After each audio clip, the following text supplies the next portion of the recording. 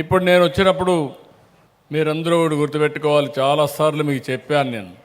Telugu Desam party ఒక విశ్వవిద్యాలయం రాజకీయ నాయకులను తయారు చేయడానికి. అందుకే ఎన్నో పార్టీలు వచ్చాయి, ఎన్నో పార్టీలు చరిత్రలో కనుమరుగైపోయినాయి. కానీ తెలుగుదేశం పార్టీ మాత్రం చిరస్థాయిగా తెలుగువారి గుండెల్లో ఉంటుంది. జాతీయ స్థాయిలో కూడా మెయిన్ రోల్ ప్లే చేసే పరిస్థితికి వస్తున్నాం. ఇక్కడ నేను మిమ్మల్ని అందరినీ కోరేది, ఈసారి మనం అఖండ మెజారిటీతో గెలిచాం. దీనికి కారణం ఏంటని మీరు అందరూ విశ్లేషణ చేసుకోవాలి. మనందరం కూడా రాజకీయ విశ్లేషకులం. కొంతమంది పార్టీ పెట్టినప్పటి నుంచి ఉన్నారు, కొంతమంది యంగ్స్టర్స్ వచ్చారు. కానీ ఈరోజు మనం గుర్తుపెట్టుకోవాల్సింది, ఇన్ని ఎన్నికలు చూసిన తర్వాత, మొన్న ఎన్నికల్లో చరిత్రలో ఎప్పుడూ గెలవని గెలుపు, ఒక హిస్టారికల్ విక్టరీ వచ్చింది. ఆ విషయం మీరు గుర్తుపెట్టుకోవాల్సిన అవసరం ఉంది. దానికి కారణం వైఎస్ఆర్ కాంగ్రెస్ పార్టీ చేసిన అరాచకం, రాష్ట్రానికి చేసిన విధ్వంసం, ప్రజలకు తీవ్రమైన ద్రోహం చేసే పరిస్థితులు ఒక్కటి కాదు, అన్ని సెక్టర్లో నాశనం చేశారు. నేను 4వ సారి ముఖ్యమంత్రి అయ్యాను, కానీ ఈసారి వచ్చినప్పుడు ఉన్న సమస్యలు ఎప్పుడూ చూడలేదు.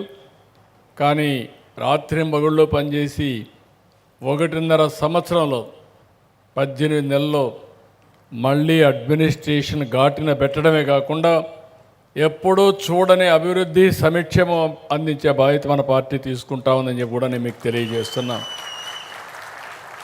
రాజకీయాల్లో ఉండే మీకు కూడా గుర్తుపెట్టుకోవాల్సింది, ఎప్పటికప్పుడు స్ట్రాటజీస్ ముఖ్యం.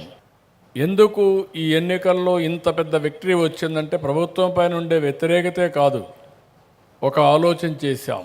ఇలాంటి దుర్మార్గమైన పాలనలో ప్రభుత్వ వ్యతిరేక ఓటు విడిపోకూడదనే ఉద్దేశంతోనే ఆ రోజు పవన్ కళ్యాణ్ గారు, జనసేన, తెలుగుదేశం ముందు ఒక అవగాహనకు వచ్చాం. ఎప్పుడైతే అవగాహనకు వచ్చామో గెలుపు ఖాయం అనే అభిప్రాయం ప్రజల్లోకి వచ్చింది. రాష్ట్రాన్ని పునర్నిర్మాణం చేసుకోవాలంటే బీజేపీ అవసరం కూడా ఉంది. అప్పుడే బీజేపీ కూడా ముందుకు వస్తే 3 పార్టీలు కలిపి కూటమి పెట్టుకున్నాం.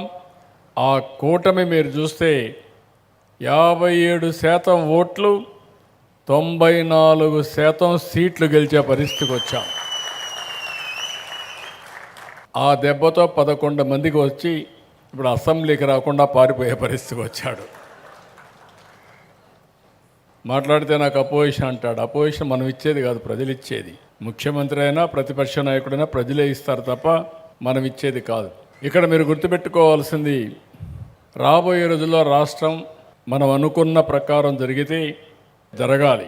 2047కి భారతదేశంలో నెంబర్ 1 రాష్ట్రంగా ఉంటాం. అదే సమయంలో భారతదేశం కూడా ప్రపంచంలో నెంబర్ 1గా ఉంటుంది. ప్రపంచం మొత్తం తెలుగు జాతి నెంబర్ 1 జాతిగా ఉంటుందని చెప్పి కూడా నేను మీకు తెలియజేస్తున్నా. ఈ అడ్వాంటేజ్ తెలుగుదేశం కార్యకర్తలు తీసుకోవాల్సిన అవసరం ఉంది. మీలో నాయకత్వ లక్షణాలు పెంచుకోవాలి. ఎవరు కూడా నాయకులుగా పుట్టుకతోనే రారు.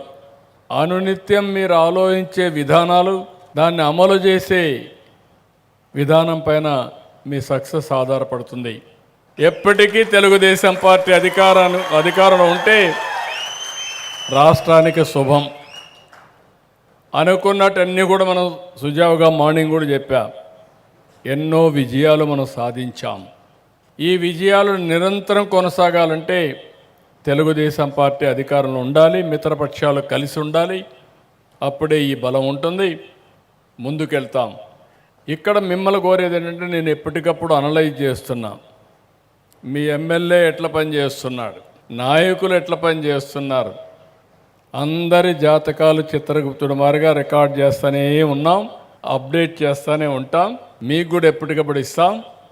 ఎవరైతే బాగా పనిచేస్తారో వాళ్ళని ఆటోమేటిక్గా రికగ్నైజ్ చేస్తాం. మీరు నా దగ్గర తిరిగే పని లేదు.